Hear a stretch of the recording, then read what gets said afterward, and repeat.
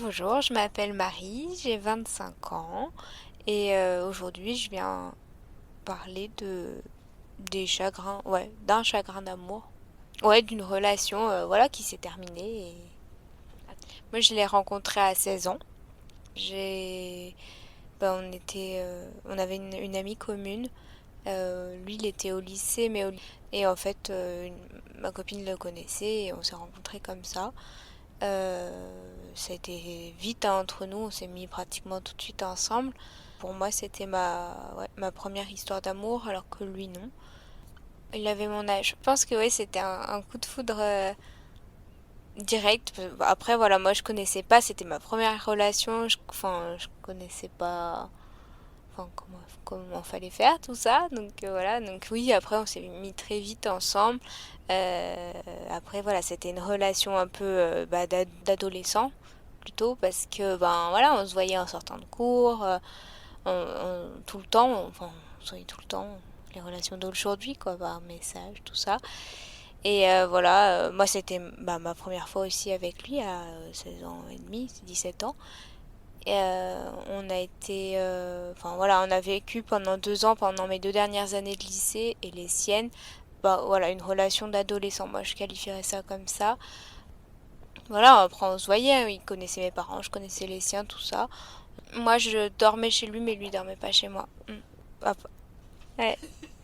Après, voilà, il y a eu des petites histoires pendant moi, je qualifie ça la période adolescence. Des petites jalousies. Moi, j'étais assez jalouse. Mais lui, il s'amusait beaucoup. Il a toujours été un peu borderline. Il a toujours testé les limites. Je veux dire, quand il était même avant à l'école ou au collège, il a toujours foutu le bordel dans les cours. Il a changé plusieurs fois d'établissement scolaire, tout ça. Il était toujours un peu borderline. Et enfin, je pense que voilà, il aimait bien écrire à d'autres filles. Euh, Jouer avec, je sais pas, mais enfin voilà, moi je découvrais ça et je pétais un plomb, quoi. J'étais un peu. Enfin, moi ça me plaisait, mais pas, mais après, j'osais pas trop non plus lui dire parce que j'avais peur de le perdre pour ça, quoi. Et on n'ose pas trop dire les choses au début. Et même ses potes, ils me disaient, mais attends, mais il abuse trop avec toi. Euh, enfin, ça se fait pas ce qu'il fait et tout. Et voilà. Bon, il y a eu voilà, des petites histoires, mais après, c'est rentré dans l'ordre. Il s'est toujours calmé de lui-même. Mais après, je pense que voilà, il tenait à moi.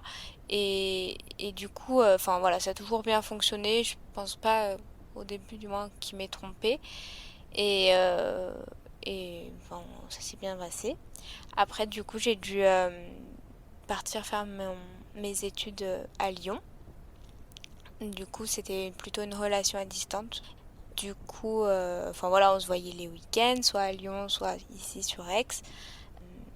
Donc c'était plutôt une autre relation quand même. Enfin, je trouve que c'était plus une relation d'adulte parce que on était plus dans le quotidien à s'écrire tous les jours, mais à se voir le week-end et à faire plutôt d'autres choses ensemble. On partait en vacances, on partait en voyage, on partait en week-end. C'est dans des appartements, c'est pas chez les parents. C'est pour moi, c'était plus une relation adulte. Il n'y a pas eu, enfin voilà, après il y a toujours, comme dans tous les couples, des hauts et des bas. Enfin voilà, il n'y a pas eu plus d'histoire que ça, plus de relations quoi que, enfin d'engueulades que ça. Sauf que la dernière année à Lyon, bah moi il fallait que je réfléchisse aussi à mon projet professionnel. Moi j'avais envie de rentrer sur Aix, travailler. Lui il manquait de plus en plus. Je pense que c'était pareil pour lui. Et les 6 derniers mois, moi j'ai dit, enfin il y a un moment il faut que je prenne une décision. Qu'est-ce que je fais? Où est-ce que je travaille? Et j'avais postulé sur Aix. Et après, bah, où est-ce que je vis? Parce que j'ai mes parents sur Aix mais ça va bien 5 minutes. Mon but, au bout de 4 ans ou 5 ans de relation, c'était de s'installer ensemble. Et lui, là, il a commencé à plus être frileux et à freiner les choses parce que, euh, parce que pour lui, euh, mon chat, j'avais un chat, le dérangeait, soi-disant. Et oui, il est allergique, mais il est allergique au chat, mais ben, enfin, il le voyait tous les week-ends sur Lyon et enfin, il faisait pas de crise quoi. Donc ça, enfin, au bout d'un moment, on se désensibilise. Donc, enfin voilà, pour moi, c'était un peu une excuse. Bon, donc on a longuement discuté pendant les 6 derniers mois. Qu'est-ce qu'on fait? Parce que moi, pour moi, c'était soit on s'installe ensemble, soit c'est terminé. Je veux pas prendre un appart pour aller chez l'un ou chez l'autre, ça ne sert à rien. Enfin, moi, je voyais pas le truc comme ça. Donc au final, je pense qu'il a réagi qu'il allait me perdre. Et on s'est installé ensemble. Mais il y avait toujours cette partie, ben, je vais me retrouver seule et ça va être compliqué d'être seule parce qu'en plus je savais que j'allais commencer un nouveau boulot quand même, j'allais commencer ma carrière et que enfin j'avais besoin d'être avec quelqu'un quoi. Enfin j'avais besoin de pas être seule à ces moments-là. Qu'il y a toujours tous les jours ces messages, même si on n'était pas ensemble et qu'on se voyait pas, il y a tous les jours cette relation quoi. Et c'est difficile. Donc moi j'avais quand même peur, mais je m'étais dit, enfin voilà, il est hors de question que je prenne un appartement toute seule et que me retrouver tous les soirs chez lui, enfin ça sert à rien pour moi, ça sert à rien, sachant que le salaire qu'on gagne, enfin c'était pas possible. Du coup on s'est installé ensemble, enfin je me suis installée chez lui. Lui il était propriétaire là-bas, enfin dans son appart, il a eu la chance d'avoir une grand-mère qui avait un appartement et il a retapé l'appartement et ça lui appartient donc voilà donc il était bien, il voulait pas bouger. Moi j'aurais bien voulu un appart qu'on prenait tous les deux parce que c'était pas, enfin pour moi c'était à nous deux. Là c'était chez lui, j'étais chez lui et en fait c'est ce qui s'est passé, c'est que je me suis jamais sentie chez moi. Il a rien fait pour m'intégrer en fait, limite, enfin j'ai de la place hein, dans les placards mais c'est moi qui ai dû faire ma place, c'est pas lui qui m'a intégré, qui m'a dit bah tiens t'as de la place, tout ça. Et moi, je l'ai très mal vécu, cet emménagement-là. Et moi, je me suis jamais sentie à l'aise chez moi. En plus, bah, j'avais amené mon chat. Et enfin, toutes les nuits, bah, c'est sûr, un chat, ça se réveille tôt le matin, c'est clair, hein, mais bon, lui, il râlait. Tous les matins, c'était la même chose. Il disait, bah, j'ai pas dormi à cause de ton chat, tout ça. Donc c'était, enfin, je me sentais coupable, je me sentais pas bien du tout chez lui. En plus, enfin, j'étais en train de commencer ma nouvelle carrière, donc enfin, voilà, enfin, il y avait autre chose à penser, quoi.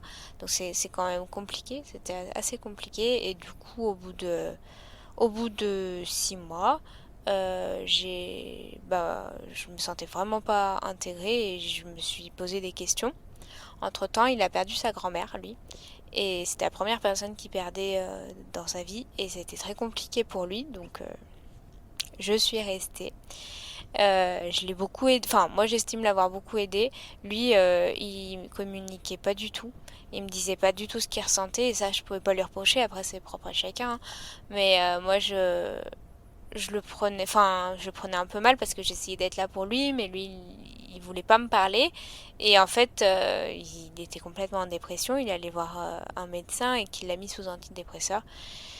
Et les antidépresseurs, ça lui a fait. C'était compliqué pour lui. Enfin, je sais pas comment il avait. En fait, après, il ressentait plus du tout. Il ressentait plus rien du tout. Il était complètement lisse, quoi. Il avait plus aucune émotion. Et c'était. Enfin, et il ne communiquait pas. Donc moi, j'étais complètement, enfin, j'étais dans une impasse. Je savais plus quoi faire. Alors moi, je travaille déjà. Ensuite, j'essayais, je le voyais pas bien. Il s'enfermait dans les jeux vidéo. Il sortait plus. Il ne parlait plus. Moi, j'essayais de le secouer, de lui dire, mais, enfin, je suis là. Si t'as besoin de parler, parle. Dis-moi ce qui se passe. Est-ce que c'est ta grand-mère qui te manque? Dis-moi. Enfin voilà. Je l'ai accompagné je ne sais combien de fois au cimetière pour lui y aller pour lui et moi j'essayais de l'accompagner pour qu'il parle tout ça mais il parlait pas et il voyait plus rien et en fait les antidépresseurs je sais pas, pour moi ça ne l'a pas aidé parce que ça l'a fait, enfin peut-être que pour lui ça l'a aidé mais pas de mon côté quoi, parce que lui il ne communiquait absolument plus. Alors déjà qu'on communique, enfin on communiquait mais quand il y avait un problème on avait plus tendance à garder les choses pour soi que communiquer. Et là, bah non, là, ils communiquaient plus. Les choses qu'on avait à se reprocher l'un l'autre, c'était plus facile de se les reprocher déjà par message qu'en face, parce que, je sais pas, on n'arrivait pas à communiquer. Et moi, dès que j'essayais de m'ouvrir, lui, soit il s'énervait, soit il se refermait. Et là, c'était exactement le cas. C'est qu'il se refermait complètement et c'était, enfin, impossible à communiquer avec lui. Ah bah moi je vivais mal hein. Et j'ai pas arrêté de lui dire bah écoute enfin je vois que ça se passe mal, je vais m'en aller, je vais retourner chez mes parents. et je le voyais absolument pas réagir. Et à force, en fait, je recommençais à regarder les apparts pour moi toute seule, sans trop lui dire, mais un jour, il a regardé au-dessus de mon épaule, et il l'a vu, hein, et je pensais que ça allait le faire réagir, et il a pas plus réagi que ça. Bah, du coup, j'ai pris mes affaires et je suis retournée chez mes parents. Et du coup, enfin voilà, lui, ça lui a peut-être fait un peu cogiter. Il a dit, ben c'est pas grave, on n'est pas fait pour vivre ensemble, mais on va quand même continuer et tout. Je dis, bon, laissons-nous une chance. Je lui ai laissé une chance. Je me suis dit, bah, il va se rattraper, il va venir, enfin, il va me montrer qu'il tient à moi, tout ça. Et en fait, absolument pas. Et du coup, ben, je lui ai laissé une chance. Je lui ai laissé, je sais pas, un mois pour qu'il se bouge un peu. Et il a absolument rien fait. Et du coup, ben, on s'est vu une dernière fois et on s'est expliqué. Moi, je lui ai dit que ce n'était plus possible, qu'il fallait qu'on se sépare. C'était très compliqué. On pleurait tous les deux. Je pense qu'à ce moment-là, il a réagi que, ben, voilà, il avait pas, qu'il avait fait un peu n'importe quoi. Mais il a rien fait non plus pour me récupérer. Donc voilà, on s'est séparés. Au bout de 6 ans. Ben, moi, juste avant qu'on s'installe ensemble, moi j'avais mes projets. Je dis, moi le but c'est qu'on s'installe ensemble. Si ça roule, et ben on achète ensemble. Et puis voilà, plus tard, avoir des enfants, tout ça. Et lui, lui il avait, je pense, des projets, mais pas les mêmes que moi. Enfin, pas avec moi peut-être, je sais pas. Mais lui, il se voyait être avec moi, mais pas faire tous ses projets. Lui, il se voyait pas du tout père. Il m'a dit, mais je suis beaucoup trop jeune, j'ai 20 ans, 21 ans. Je peux pas, enfin voilà, je me vois pas du tout père et tout. Je dis, mais tu dois bien savoir quand même un jour si tu veux des enfants ou pas. Et lui, non, il se voyait pas père, alors que, bon, donc moi ça me gênait. Moi je me voyais maman, donc je ne voulais pas. Donc ça aussi, ça a fait pencher dans la balance. Au moment où on habitait ensemble, j'étais pas à l'aise non plus quand même. Et ça a été pire quand il a perdu sa grand-mère, mais quand on a habité ensemble, et puis je pouvais, enfin, je me sentais même pas inviter mes parents ou mes copines alors que c'était quand même chez moi. Enfin, ça devait être chez moi. Et je me sentais pas de les inviter, quoi. Limite, il aurait fallu que je lui demande, alors que pas du tout, ça devrait être normal. Et non, je me sentais pas bien. Pas bien du tout. Et moi, je voulais prendre un autre appartement. Je voulais pas. Et quand t'es propriétaire après. Avec mes parents, ça se passait bien. Mais à partir du moment, au bout de 3 ans, je dirais, ils me voyaient de moins en moins épanouie.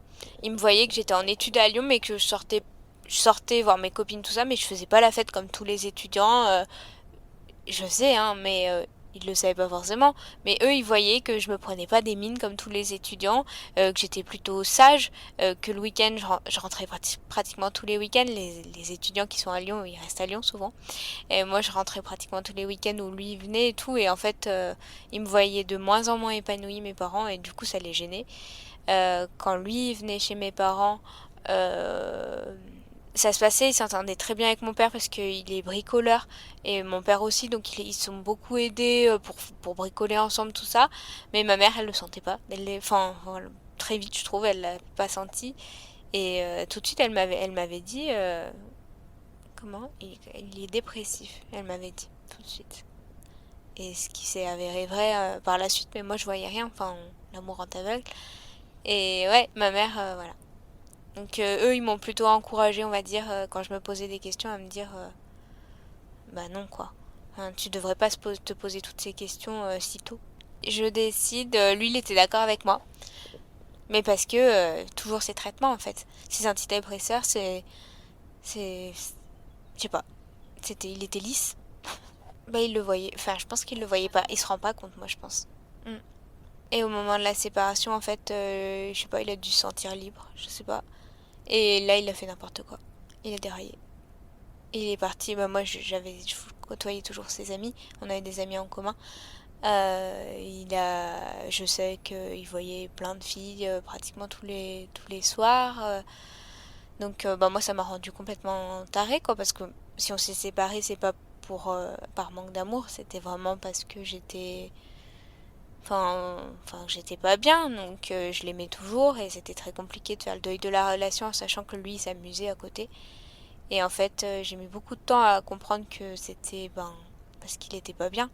Mais enfin moi je voulais plus que tout essayer de le faire arrêter tout ça. Et mes parents ils me voyaient, et même mes proches me voyaient pas bien, me voyaient complètement enfin triste quoi. Et ils m'ont dit il va falloir que tu t'occupes de toi un moment, et c'est ce que j'ai décidé de faire en fait. J'ai coupé les ponts avec lui, et je m'en suis mieux sortie en fait sans lui. J'apprenais, en fait, j'avais pas de nouvelles de lui, mais j'apprenais par ses potes qu'il faisait n'importe quoi. Et moi, au lieu de m'en foutre, j'essayais de lui dire, mais tu te rends compte de ce que tu es en train de me faire, tu me fais du mal, tu es en train de me trahir et tout. Alors que je me rendais pas compte qu'en fait on n'était plus ensemble et que ça me regardait plus. Mais c'était pour m'aider, qu'il était pas fait pour moi, quoi. Pour me prouver que... Et moi, en fait, tout de suite après notre séparation, j'ai voulu prendre un appartement, parce que j'en ai marre d'être chez mes parents. Je reste un mois chez mes parents, le temps de trouver un appartement, et après je vis toute seule. Et en fait j'ai super mal vécu déjà le fait de me retrouver seule, de plus avoir toute cette relation, parce que même si on se voit pas, on s'écrivait tout le temps. Donc de plus avoir ces messages, tout ça, mine de rien ça fait quelque chose. Et puis enfin reconstruire une nouvelle vie toute seule en fait en tant que célibataire, alors que ça faisait depuis que j'avais 16 ans que j'étais en couple. Et c'était très très très compliqué pour moi, en sachant que lui il faisait n'importe quoi à côté, enfin ça rend fou. On se pose plein de questions, moi je dormais plus, j'étais vraiment pas bien.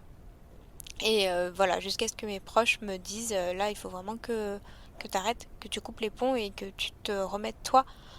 Donc c'est ce que j'ai décidé de faire, j'ai coupé totalement les ponts avec lui, et je m'en suis remise. J'ai mis quelques mois pour évacuer un peu le truc, pour faire le deuil de la relation aussi. Enfin même si il fallait passer par là, et j'ai décidé voilà de couper les ponts et d'oublier. J'ai fait de l'hypnose, j'ai fait la sophro, j'ai fait beaucoup de beaucoup de trucs, et ça m'a beaucoup aidé. Et du coup je me suis sentie beaucoup mieux en tout cas, à ne plus y penser. Et j'ai même, au bout de 6 mois, j'ai même rencontré quelqu'un d'autre, un ami d'une amie encore, enfin voilà, qui m'a fait me sentir bien, me faire me sentir à l'aise. J'étais beaucoup mieux. Je me suis mis en couple 2 mois avec lui. Après, enfin voilà, c'était je pense une relation pansement, hein, mais ça m'a fait beaucoup de bien, et je me suis dit, mais en fait, je peux trouver quelqu'un d'autre et beaucoup mieux. Donc ça m'a fait beaucoup réfléchir, et j'étais beaucoup mieux. Sauf que lui, entre-temps, il s'est rendu compte de ses bêtises. Il s'est rendu compte qu'il m'avait perdu. Et du coup, il savait très bien où j'habitais, hein. Il m'avait laissé... je suis rentrée un soir chez moi, et j'avais une lettre, un pavé de lettres, de sa part. Du coup, au début, j'ai juste lu la lettre. Moi, j'ai continué à couper les ponts, à pas lui écrire. En tout cas, j'ai eu beaucoup de... Enfin, ça m'a fait quand même ressentir des choses. Pas de l'amour, mais enfin, voilà, ça m'a fait quelque chose. Et je me suis dit, c'était trop tard, quoi. Enfin, dans ma tête, c'était trop tard. Je ne pouvais pas me remettre avec lui. Et je voulais pas qu'il tente quoi que ce soit, parce que enfin, j'ai pas voulu, enfin, je voulais pas recommencer quelque chose. Je me suis dit, c'est trop tard, et on n'est pas fait pour être ensemble. Dans ma tête, c'était ça, on n'est pas fait pour être ensemble. Je pense que je l'aime, enfin, j'ai beaucoup d'attachement pour lui, mais je l'ai plus aimé. À partir du moment où je m'intéresse à quelqu'un d'autre, c'est que que je l'aime plus. Donc, c'était compliqué. Il a essayé de revenir vers moi. Moi, je l'avais bloqué de mon téléphone, donc ça va.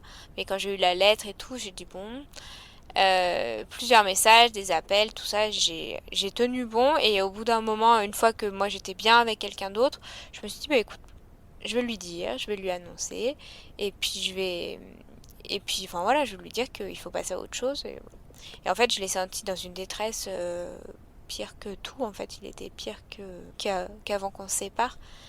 Lui, il était complètement déprimé, il enchaînait les séjours aux urgences parce qu'il faisait des crises de panique, d'angoisse, parce qu'il se rendait compte de ses conneries maintenant, quoi. Et il faisait n'importe quoi, et il bouffait des médicaments, tout ça, il était vraiment pas bien. Donc moi je lui ai dit, hein, moi je veux bien t'aider en te disant, je lui donnais des conseils, je l'ai quand même aidé. J'avais beaucoup de haine en moi, enfin peut-être pas de la haine, mais de la colère en moi contre lui, mais je me suis dit, il faut que je l'aide quand même. Pour toute la relation qu'on a eue, il faut que je l'aide. Et Mère Teresa. Et voilà, je lui ai dit, bah, écoute, commence déjà par faire le tri dans ton entourage. T'as des personnes qui sont pas bien pour toi et tout ça. Commence enfin voilà, à te recentrer toi. Moi, je lui ai donné des techniques. Je lui ai dit, fais de l'hypnose, faire un peu de relaxation. Et enfin, ce que j'avais fait moi, après, voilà, je pouvais pas non plus l'aider. Moi, je pouvais pas être là pour lui comme avant, hein. Enfin, fallait pas. Et voilà, lui, en plus, entre-temps, il a su, je ne sais comment, que j'étais avec quelqu'un d'autre, donc il a encore plus mal vécu. Et mais après, voilà, ça le regardait pas, donc c'est tant pis pour lui.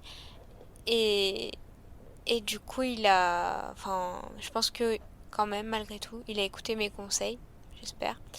Et enfin, il s'est senti mieux. Il a mis au moins 1 an, hein, à se sentir mieux. Moi, après, voilà, on a fait que s'écrire tout ça, hein. On s'est, on s'est recroisés euh, dans la rue et un jour on s'est dit bon bah on prendra un café, on parlera de tout ça et on a fini par le faire mais très longtemps après, peut-être ouais 1 an après, je sais pas, notre séparation en tout. Et voilà, moi je lui ai dit tout ce que j'avais à lui reprocher et il s'est vraiment rendu compte. Après enfin, je pense qu'on est quand même deux dans une histoire, que moi aussi j'avais des trucs à me reprocher, hein. Je sais pas, il m'a pas trop dit, mais enfin voilà, de toute façon ça pouvait pas fonctionner, donc il a appris à vivre seul, je pense. Moi j'ai appris à vivre seul, lui après, je sais pas. Mais lui il a quand même écouté les conseils et bon, voilà. Si je lui ai dit de se faire, d'aller voir un psychiatre au lieu d'avoir un psychologue, parce que moi je pensais qu'il y avait autre chose vu qu'il a toujours été un peu borderline. Et en fait il s'est avéré qu'il avait des troubles de la personnalité, et un peu bipolaire. Enfin, ça n'a pas été diagnostiqué comme bipolaire, mais voilà, il a des troubles de la personnalité. Et donc tout ce qui explique du coup ses phases on et ses phases off, les troubles de l'humeur. Et en fait, ça explique beaucoup mieux tout ce que j'ai pu ressentir pendant notre relation, sur la fin de notre relation et surtout à notre séparation. Pourquoi il a fait n'importe quoi quand on s'est séparés. Après voilà, les hommes et les femmes ont réagi vraiment pas pareil, hein, mais moi ça m'a expliqué beaucoup de choses et ça m'a rassurée. Aujourd'hui on a une relation quand même cordiale. On arrive à s'écrire, enfin voilà, pour prendre des nouvelles. Quand je le croise dans la rue, je veux dire, je change pas de trottoir. Je l'ignore pas non plus. Enfin voilà, on se dit bonjour et il n'y a pas de souci. Je pense que il m'a fait beaucoup souffrir à notre séparation, à part tout ce qu'il a fait derrière, surtout, je pense. Moi, je me suis sentie trahie quand même. Euh, mais je pense que je l'ai fait beaucoup souffrir en ne revenant pas vers lui quand lui, il en avait besoin. Et donc on a souffert tous les deux et aujourd'hui on fait table rase du passé et voilà, on s'écrit de temps en temps. Je pense que s'il a besoin de moi, il serait capable de m'écrire. Moi, je pense que si j'ai besoin de lui, non, je lui écrirai pas. Mais parce que il a jamais été vraiment là pour moi, hein. C'est pas une de mes personnes ressources alors que moi j'estime être une de ces personnes ressources. Non mais ça a toujours été ça. Moi quand j'ai eu besoin de lui, oui il était là, hein, mais il n'était pas là à fond comme certaines de mes copines à me soutenir, quoi. Si j'ai quelque chose demain, c'est pas à lui que j'ai à en parler. Non. Moi, je me sens bien, bien dans ma peau. Je suis en pleine remise en confiance. Je fais la confiance en moi. J'ai très peu confiance en moi. Et donc aujourd'hui, j'essaye voilà, de travailler sur moi et j'ai bien plus de trucs. Voilà, moi j'ai pour moi, je me dis si aujourd'hui je dois avoir quelqu'un dans ma vie, mais est-ce que je vais avoir le temps parce que je suis toujours à droite à gauche et je suis bien comme ça, voilà, ça me manque pas. Ouais, des fois, bah, forcément, quand on a été confiné par exemple, oui, je me dis bah ce serait mieux d'être à deux, hein, mais c'était compliqué. Mais il y a des moments où ça me manque, mais dans la généralité, ça me manque pas d'être toute seule et je suis bien. Et en fait, à l'heure d'aujourd'hui, moi j'ai envie de trouver quelqu'un de bien et enfin mon objectif c'est de trouver le père de mes enfants entre guillemets, mais pas trouver quelqu'un pour trouver quelqu'un, pas de prendre le premier venu. Voilà, moi j'ai envie de construire quelque chose et j'ai pas envie de prendre le premier venu et du coup c'est pour ça que je prends le temps de réfléchir et je prends le temps de savoir ce que je veux et je sais peut-être un peu trop ce que je veux d'ailleurs et c'est peut-être pour ça que c'est compliqué, mais je préfère ça que sauter sur le premier venu. Ouais. Après, il faut pas trop non plus, il faut savoir faire des concessions et c'est ça où je travaille un peu là-dessus. Mais, mais voilà. Et lui, à l'heure d'aujourd'hui, il m'a annoncé il y a quelques mois qu'il était avec quelqu'un. Et une relation, enfin, je veux dire, c'est pas une relation de. Enfin, des filles qui trouvaient tous les soirs sur les sites de rencontres. C'est, bon, il l'a trouvé, je crois, sur un site de rencontre, mais ça a l'air d'être plutôt stable. Euh, au début, j'étais super contente pour lui. Et je l'ai après, ça me fait bizarre quand même quand il m'a dit, ben, on va partir en vacances ensemble, tout ça, qui repartage les choses qu'on a partagées tous les deux. Ça m'a fait très bizarre. C'était très très compliqué. Et surtout que c'était pendant le confinement qu'il m'a annoncé ça. Très malin de sa part. Et voilà, le moment où on se retrouve seul et qu'on réfléchit sur soi. Mais du coup, toujours bien. Enfin voilà, aujourd'hui, enfin, ça m'a fait bizarre. Je pense que j'étais jalouse, mais jalouse pour moi. Jalouse parce que lui, il a retrouvé quelqu'un d'autre et qu'il le mérite moins que moi. Voilà. Et que moi, j'ai pas retrouvé quelqu'un d'autre. C'est surtout ça, et c'est pas par rapport à elle. Ce sera peut-être pas la bonne, et puis si c'est la bonne, mais tant mieux, mais parce que moi je suis pas la bonne. Donc c'est ce que je me suis dit. Mais au début ça fait quand même bizarre, et je me suis quand même dit, oh mince, enfin, ça me fait chier quoi. Mais en fait j'ai réfléchi, et ça me fait chier parce que c'est pas moi. Et, et c'est moi qui aimerais plutôt trouver quelqu'un, et enfin voilà, c'est plutôt à moi d'être en couple aujourd'hui que lui. J'aimerais plutôt revivre une relation de couple, mais pas avec lui, quoi. Aujourd'hui, voilà, on a quand même des contacts, on est cordiaux, voilà. Et il faut vraiment pas avoir peur d'être seul parce que, enfin, dans tous les cas, on a nos proches, on est en bonne santé et qu'il y a pire que ça dans la vie. Et du coup, bah, on s'en remettra toujours, on met du temps, mais on s'en remet. Après, on apprend à vivre pour soi aussi et pas vivre pour les autres. Et enfin moi à l'heure d'aujourd'hui, je suis bien plus fière de ce que je suis que ce que j'étais avant avec lui. Et que voilà, j'ai réussi à être propriétaire toute seule, que j'ai réussi enfin voilà, à vivre seule. C'est très difficile, hein. Il y a beaucoup de personnes quand on s'est jamais retrouvé seule. Enfin, vivre seule, c'est compliqué. Moi, au tout début où j'y vais toute seule dans mon appart, j'avais la trouille, quoi. Enfin, voilà, mais c'est que j'aimais pas, je me sentais pas bien d'être seule. Et j'appelais ma soeur, mon frère, mes parents, venez dormir avec moi, machin. Et, enfin, j'étais pas bien. Et maintenant, ça me fait pas du tout ça. Et je suis bien toute seule. Et même, j'apprécie des fois me retrouver le soir, seule, et me dire, je me posais devant une série et je suis bien, quoi.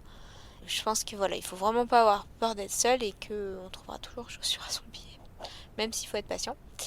Mais vaut mieux prendre le temps et rencontrer quelqu'un de bien et de savoir ce qu'on veut que ne pas prendre le temps et puis se retrouver dans des relations encore rocambolesques et souffrir par la suite. Voilà, mon point de vue.